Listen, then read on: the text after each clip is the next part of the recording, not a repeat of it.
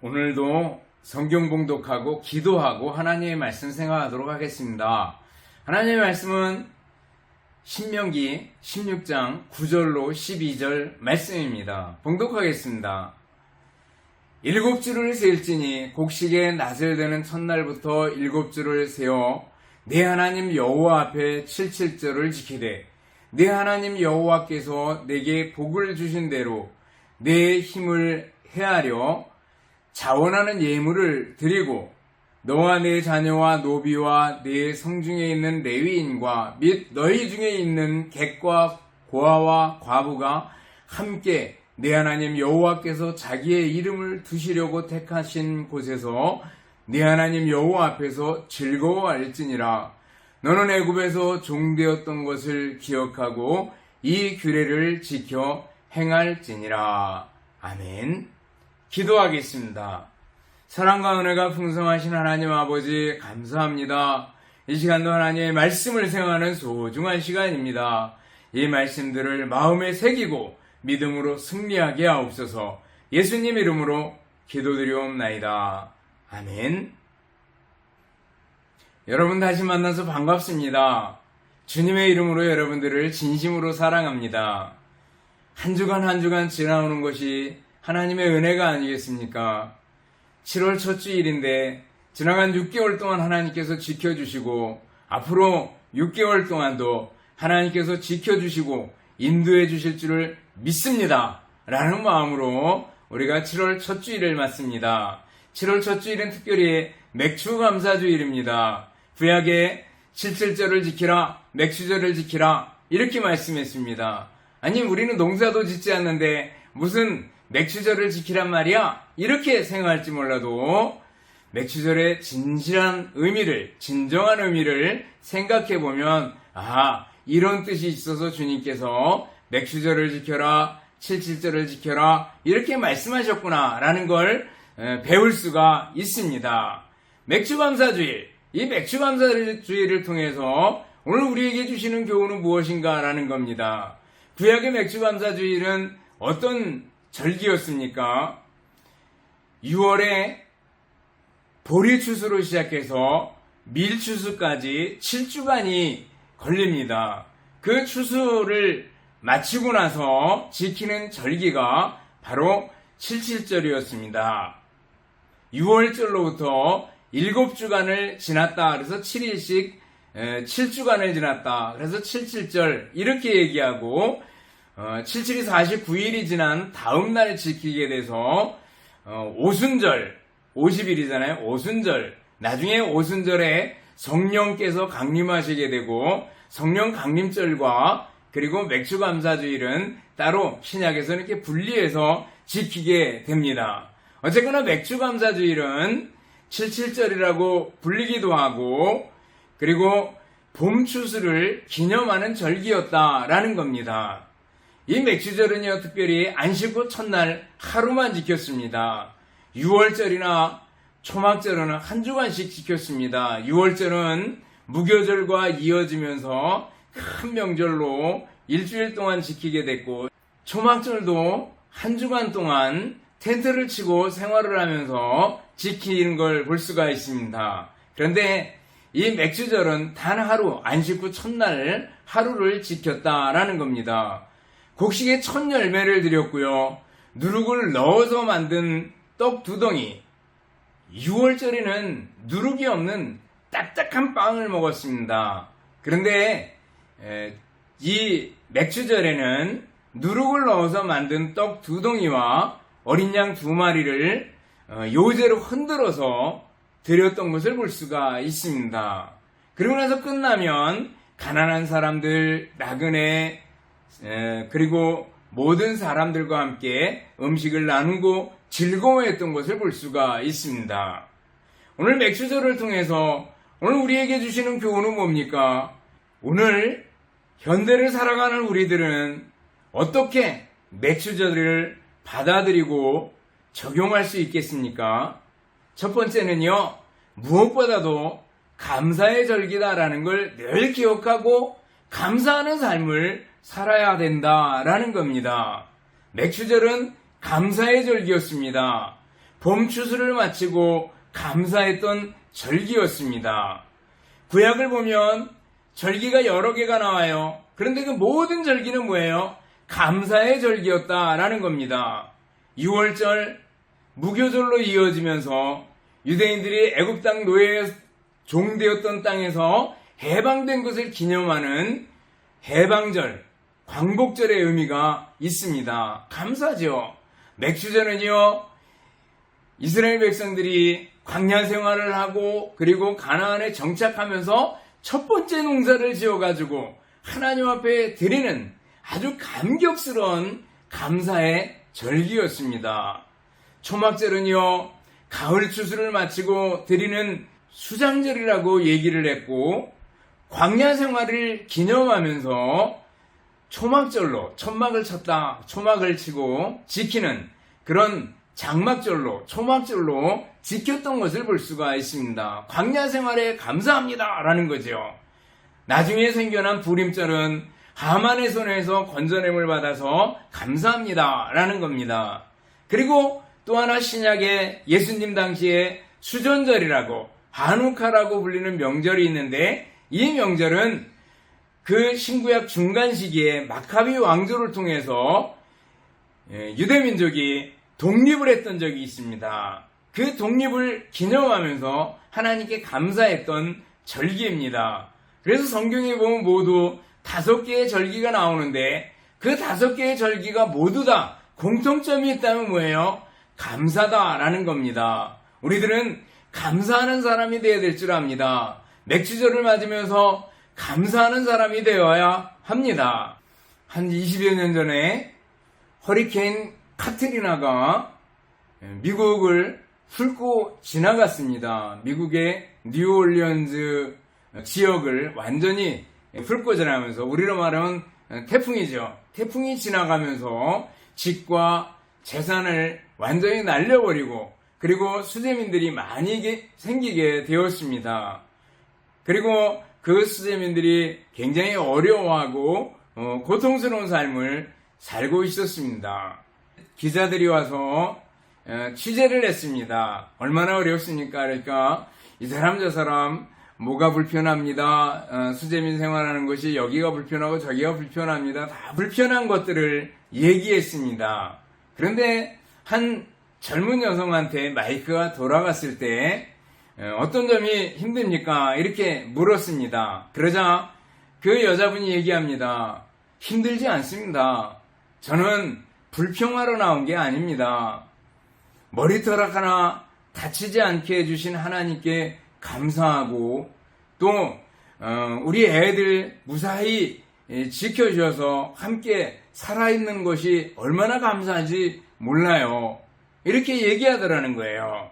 전기가 끊어지고 수도가 끊어지고 교통수단이 마비가 되고 암흑 세계가 된 것 같았지만, 그러나 모든 게 다 이루어졌을지라도 제가 가진 거, 하나님께서 주신 거, 그것 때문에 저는 감사할 수 있어요 라고 감사하더라는 겁니다. 여러분, 우리는요 늘 감사하는 사람이 돼야 될 줄 압니다. 생긴 거, 좋은 거, 가진 거, 이런 것 때문에 감사할 수 있겠죠. 그러나 잃어버렸을 때, 없어졌을 때, 남은 것을 통해서 감사할 수 있다면 얼마나 소중한지 모릅니다. 맥주절은 바로 감사의 절기였다라는 거예요. 애굽 땅 노예 생활을 하다가 홍해를 건너고 광야 생활을 하고, 그리고 요단강을 건너서 곡식을 심어서 첫 곡식을 거뒀을 때 그 감사 감격이 얼마나 컸겠어요. 그 감사로 하나님께 영광을 돌렸던 맥주감사절입니다. 성경에 보면은요, 신앙의 위인들은 모두가 다 감사의 사람들이었습니다. 바울사도는 늘 감옥 속에 있으면서도 감사하고 기뻐했습니다. 그래서 어떻게든지 감옥 바깥에 있는 사람들에게 기뻐하라, 내가 다시 말하노니 기뻐하라, 내가 너희를 통해서 감사한다, 누구누구를 통해서 감사한다, 감사한다 하는 얘기를 수없이 많이 하는 걸 볼 수가 있습니다. 감옥 생활이 뭐가 그렇게 감사하겠어요? 그러나 바울사도는 그 안에 예수님이 계셨고 예수님 때문에 기쁨이 있었고 감사가 있었습니다. 여러분, 예수님을 믿습니까? 여러분 안에 예수님이 계십니까? 그렇다면 감사하는 사람이 되어야 될 줄 압니다. 요나를 보면은요, 요나가 도망치다가 결국은 배에서 던짐을 맞고 물고기 뱃속에 들어갑니다. 그러나 그 가운데서 뭐 하는가 보면은요, 기도하며 그 기도 속에서 감사했던 걸 볼 수가 있습니다. 여러분들, 우리들도 상황이 물고기 뱃속처럼 암울하고 답답할 수 있어요. 그렇지만은 그 가운데서도 감사할 수 있는 우리들이 되어야 될 줄 압니다. 다니엘은 어때요? 조서의 어인이 찍힌 것을 알고도 이것은 죽는다라는 거예요. 하나님께 기도하면 죽는다라는 걸 알고도 하나님께 감사하였더라라고 기록하고 있는 걸 볼 수가 있습니다. 여러분들, 어떤 상황 속에서도 감사할 수 있는 우리들이 되어야 하지 않겠습니까? 감사해야 됩니다. 그러면은 감사를 어떻게 표현할까라는 걸 생각해 보셔요.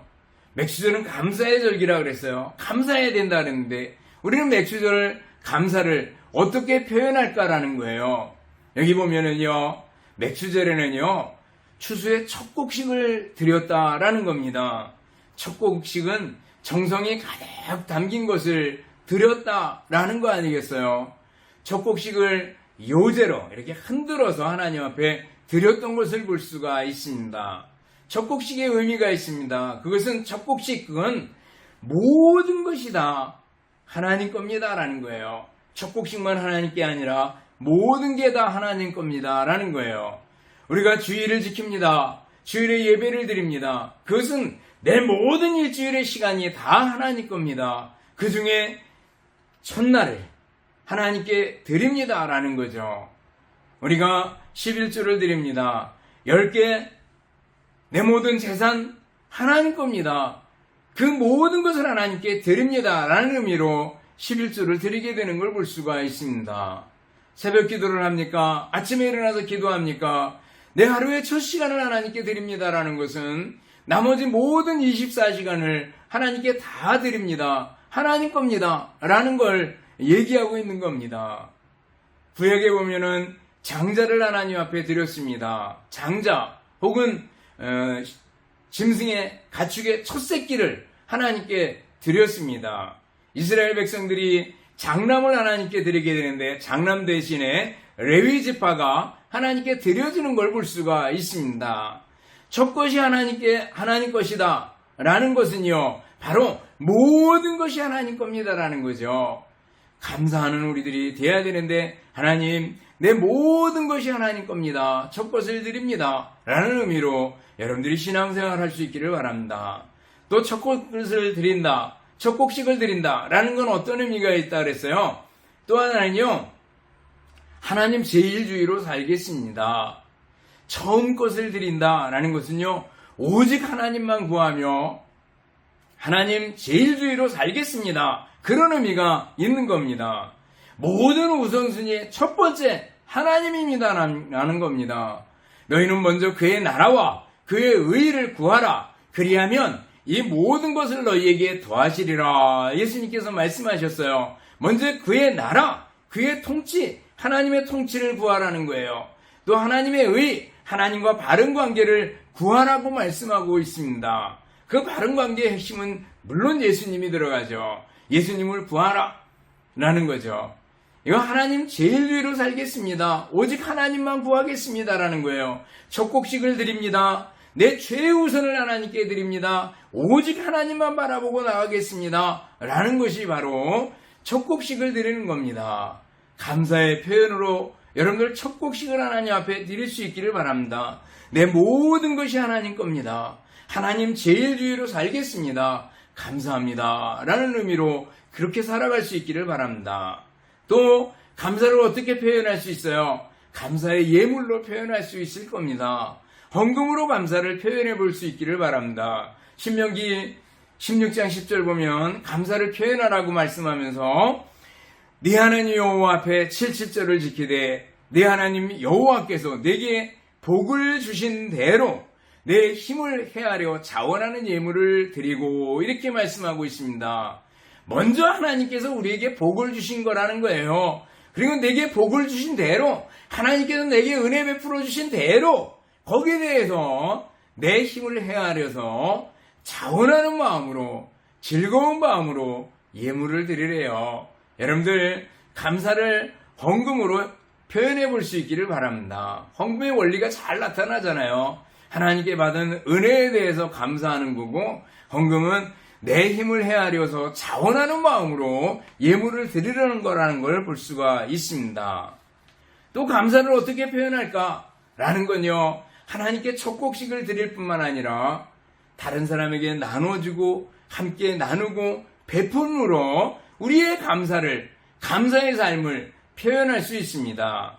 오늘 11절에 보면 너와 내 자녀와 노비와 내 성중에 있는 레위인과 및 너희 중에 있는 객과 고아와 가부가 함께 너희 하나님께서 자기의 이름을 두시려고 택하신 곳에서 내 하나님 여호와 앞에서 즐거워할지니라 그랬습니다.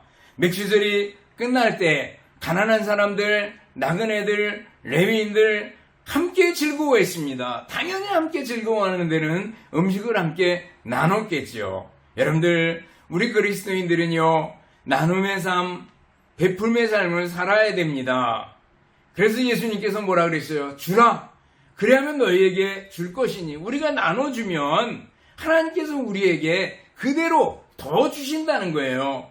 누르고 흔들어서 넘치도록 해서 너희에게 채워주리라 말씀해 주셨습니다. 이 말씀을 믿고 믿음으로 나눠주고 베풀어주는 여러분들 될 수 있기를 바랍니다. 우리 주님 예수님께서 우리를 위해서 물과 피를 다 쏟아주시고 모든 걸 다 주셨잖아요. 당연히 많은 것을 받은 우리들은 어떻게 해야 돼요? 당연히 나눠주는 삶을 살아야 할 줄 압니다. 한 번은 자동차의 왕이라고 불리는 헨리 포드가 아일랜드의 수도인 더블린의 한 보육원을 방문하게 되었습니다. 그리고 그 보육원을 돌아보다가 이 보육원에 필요한 게 뭐가 있습니까? 물어보니까 강당이 필요합니다. 그랬습니다. 그래서 포드가 선뜻 그럼 제가 강당에 필요한 대금을 대겠습니다. 비용이 얼마나 될까요? 2,000파운드 정도 듭니다. 그랬습니다. 그래서 그 자리에서 제가 2,000파운드를 대드리겠습니다. 그렇게 기부를 했습니다. 그런데 다음날 기사가 나오게 되었습니다. 그 기사 속에는 공이 하나 더 붙었습니다. 헨리 포드가 2만 파운드로 보육원에 기부를 했습니다. 라고 나오게 되었습니다. 그 기사를 본 헨리 포드나 또 보육원 담당자들은 굉장히 깜짝 놀라게 됩니다. 그런데 그 보육원 담당자가 헨리 포드에게 연락을 해가지고 정말 죄송합니다. 기사가 잘못 나왔습니다. 라고 얘기를 하자 헨리 포드가 웃으면서 얘기합니다. 그냥 놔두십시오. 아마도 2만 파운드를 내라고 한 것은 하나님 뜻인 것 같습니다. 라고 얘기를 하면서 이렇게 얘기했어요. 그 보육원 강당 앞에 이런 글 하나만 써주십시오. 부탁을 합니다. 어떤 글인데요? 헨리 포드의 뜻이 아니라 하나님의 뜻에 의해서 지어진 강당 이렇게 써주십시오 라고 부탁을 했다는 겁니다. 헨리 포드는 공이 하나 더 붙은 2,000파운드가 아니라 2만 파운드가 된 것을 하나님의 뜻으로 받아들였던 것을 볼 수가 있습니다. 이분들은요 참 돈도 많이 벌었지만 많이 번 만큼 남에게 베풀어주고 기부하고 이런 게 몸에 배 있는 걸 볼 수가 있습니다. 여러분들 감사를 표현하는데 나눔으로 표현할 수 있기를 바랍니다. 하나님께 많은 것을 받았는데 하나님 감사합니다. 그 표현으로다가 어떻게든지 다른 사람들에게 나눠주고 베풀어주고 퍼줄 수 있는 사람들이 될 수 있기를 바랍니다. 또 그런 능력이 있게 해달라고 하나님께 기도할 수 있기를 바라겠습니다. 두 번째로 생각해 보는 것은 맥주감사주의를 맞으면서 두 번째로 생각해 보는 것은 뭔가 하면 예수님께 중심을 맞추고 살아야 합니다. 맥주절은 예수님께 초점이 맞추어져서 해석되지 않으면 안 된다라는 겁니다. 맥주절은 예수님의 그림자였습니다. 구약의 모든 절기들이 어때요? 다 예수님께로 연결이 됩니다. 이걸 어떻게 알 수 있는가 하면요, 히브리서입니다. 만약에 히브리서가 없었다면요, 구약하고 신약하고 어떻게 연결이 될까 굉장히 고민했을 겁니다. 그러나 히브리서를 보면은요, 구약의 의식법들, 구약에 나오는 소를 잡고 양을 잡고 짐승을 드리는 의식의 법들, 구약에 나오는 대제사장이 한 일들, 이런 것들은 모두가 다 예수님으로 해석이 되고 예수님의 그림자고 예표였다라는 걸 얘기해 줍니다. 맥주절도 마찬가지로 예수님의 예표고 예수님의 그림자였습니다. 맥주절에 곡식 제사를 드렸습니다. 그 곡식이 어떻게 드려졌는가 하면 고운 가루 소재로 드려지게 됩니다. 그 위에 기름을 붓고 위에 유향을 넣고 그리고 제단 위에서 태웠던 것을 볼 수가 있습니다. 우리 주님 예수님께서 곡식이 부서지듯이 부서지고 태워지듯이 십자가 위에서 태워졌던 것을 볼 수가 있습니다. 유월절과 무교절에는 누룩이 없는 딱딱한 빵을 먹었습니다. 그런데 맥주절에는 누룩이 들어간 유교병을 먹었습니다. 그리고 떡 2개를 흔들어서 하나님 앞에 드렸습니다. 누룩이 들어갔다라는 것은요, 만족과 기쁨, 즐거움 이런 것이 포함된 것을 가리킵니다. 그랬을 때 예수님은 바로 생명의 떡이요 우리에게 만족과 기쁨과 즐거움을 주시는 분이다라는 것을 얘기해주고 있습니다. 그래요, 예수님께 초점을 맞출 때 떡 하나 빵 하나도 이거는 우리 예수님께서 우리에게 만족과 기쁨을 주시는 분이구나 라는 걸 깨닫게 만들어 주는 겁니다. 또 맥주절에 1년 된 흠없는 어린 양 7마리와 어린 수소 1마리, 수양 2마리를 번제와 화목제로, 또 수염소 1마리를 속죄제로, 또 1년 된 어린 수양 2마리를 화목제로 드렸습니다. 이 모든 짐승의 제사들은 바로 예수님의 십자가의 죽음을 그대로 보여주고 있잖아요. 예수님께서 우리 위해서 당하신 그 일들을 맥주절은 그대로 반영하고 있는 걸 볼 수가 있습니다. 그러므로 우리는요, 맥주절을 보면서 또 구약의 절기들을 보면서 예수님께로 초점을 맞춰 나가야 된다라는 거예요. 바울사도는 살든지 죽든지 내 몸에서 그리스도가 존귀하게 여김받기를 바라노니 말씀하고 있습니다. 예수님이 나를 통해서 내 몸에서 존귀 여김을 받기를 바란다라는 거예요. 바울사도는 또 얘기합니다. 예수님을 아는, 그리스도를 아는 지식이 가장 고상함을 이람이라. 예수님을 아는 지식이 다른 어떤 지식, 다른 어떤 가진 것보다 귀하고 고상하고 높다라는 것을 얘기해주고 있습니다. 여러분들, 예수님이 여러분들에게 차지하는 비중은 얼마나 됩니까? 예수님을 진심으로 사랑하고 예수님을 높이고 예수님께 초점을 맞추고 살아가고 있습니까? 세례 요한처럼 그는 흥하여야 되겠고 나는 쇠하여야 하리라 라는 자세를 가지고 살아가고 있습니까? 다시 한번 예수님께 초점을 맞추고 살아갈 수 있기를 바랍니다. 믿음의 주요 또 온전케 하시는 이인 예수를 바라보자 그랬습니다. 예수님을 바라보세요. 예수님께 초점을 맞추고 똑바로 걸어나가라는 거예요. 그래야지 우리 그리스도인들이 그리스도인답게 승리하는 삶을 살 수 있게 되는 겁니다. 여러분들, 맥주절을 맞으면서 예수님 중심으로 예수님께 초점을 맞춘 삶을 살아야 된다라는 거 꼭 기억할 수 있기를 바랍니다. 세 번째로, 맥주절은요, 신앙교육과 그리고 훈련의 장이 되어야 된다라는 겁니다. 이스라엘 백성들의 모든 절기는 신앙교육의 장이었습니다. 6월절이 되면 쓴나물과 딱딱한 빵을 먹습니다. 그리고 어린 양을 잡습니다. 그러면서 뭐예요?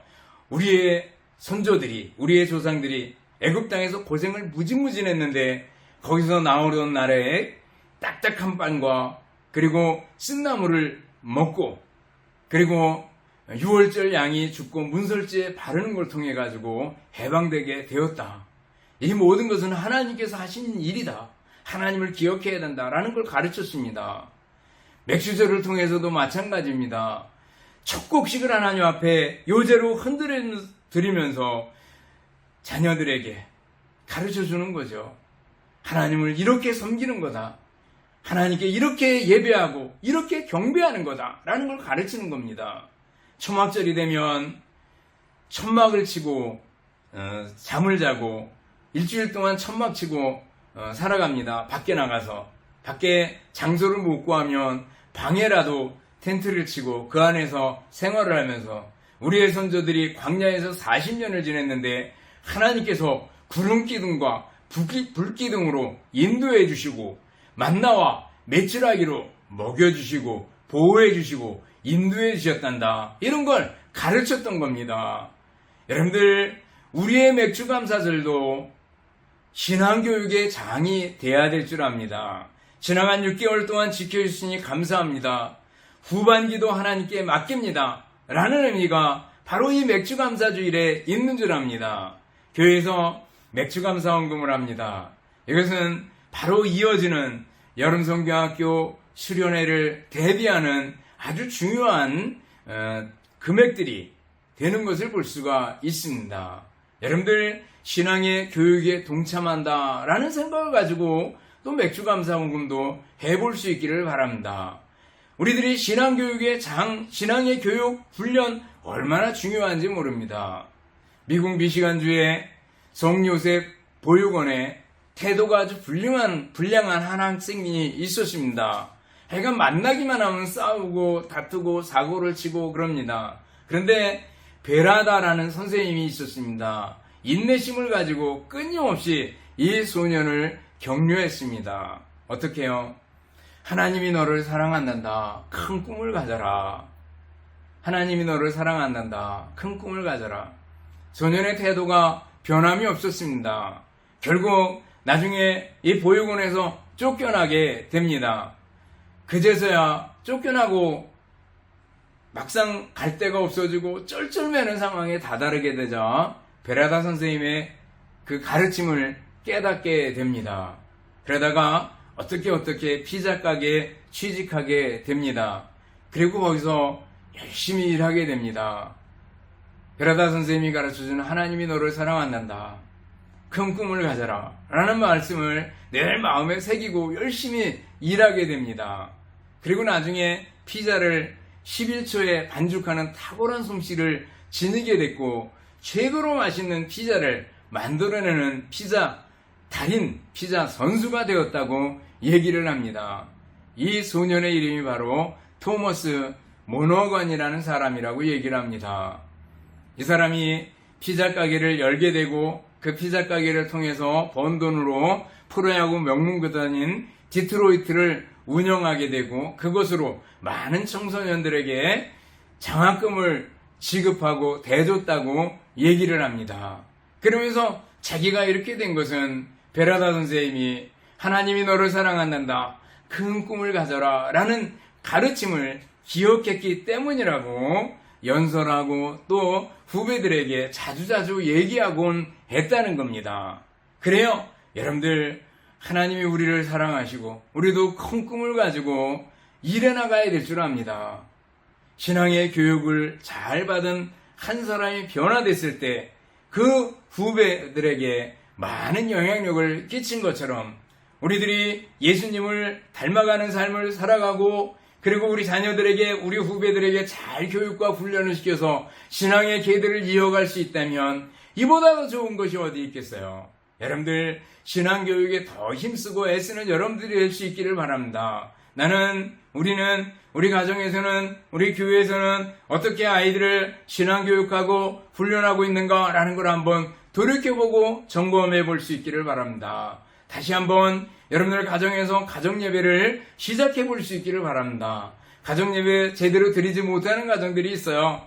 혼자만 예수님 믿고 교회 나오기 때문에 어렵죠. 그런 경우는요, 어떻게든지 하나님께 가정 예배 드릴 수 있게 해달라고, 온 가족이 예수님 믿게 해달라고, 또 가족들이 예수님 잘 믿는 좋은 사람들 밖에 나가서 만날 수 있게 해달라고 기도할 수 있기를 바랍니다.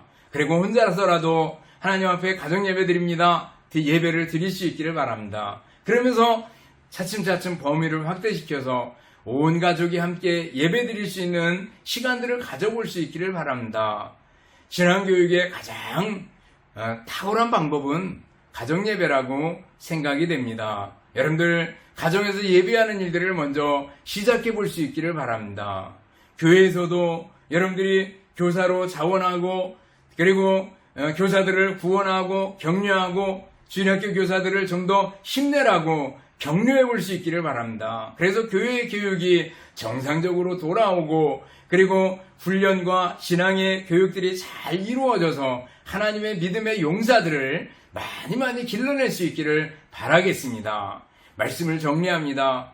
오늘 맥주감사주의를 맞으면서 감사하며 나누며 또 예수님께 초점을 맞추고 신앙교육과 훈련에 힘쓰는 여러분들이 될 수 있기를 주님의 이름으로 축원합니다. 기도하겠습니다. 사랑과 은혜가 풍성하신 하나님 아버지 감사합니다. 오늘 맥주감사주의를 맞으면서 감사하는 저희들이 되게 해주시고 예수님께 초점을 맞추고 살아갈 수 있게 해주시고 신앙교육과 훈련에 더욱 힘쓰는 저희들이 되게 하여 주시옵소서. 감사드리오며 예수님 이름으로 기도드리옵나이다. 아멘. 축도하겠습니다. 이제는 우리 주님 예수 그리스도의 은혜와 하나님 아버지의 극진하신 사랑하심과 성령님의 교통하시며 인도하심이 함께 모여 예배드리며 말씀 듣고 말씀대로 살기를 원하는 우리 모든 성도들 머리머리 위에와 가정들 위에 주님의 몸된 교회와 우리나라 민족 위에 이제로부터 영원토록 함께 있을지어다. 아멘.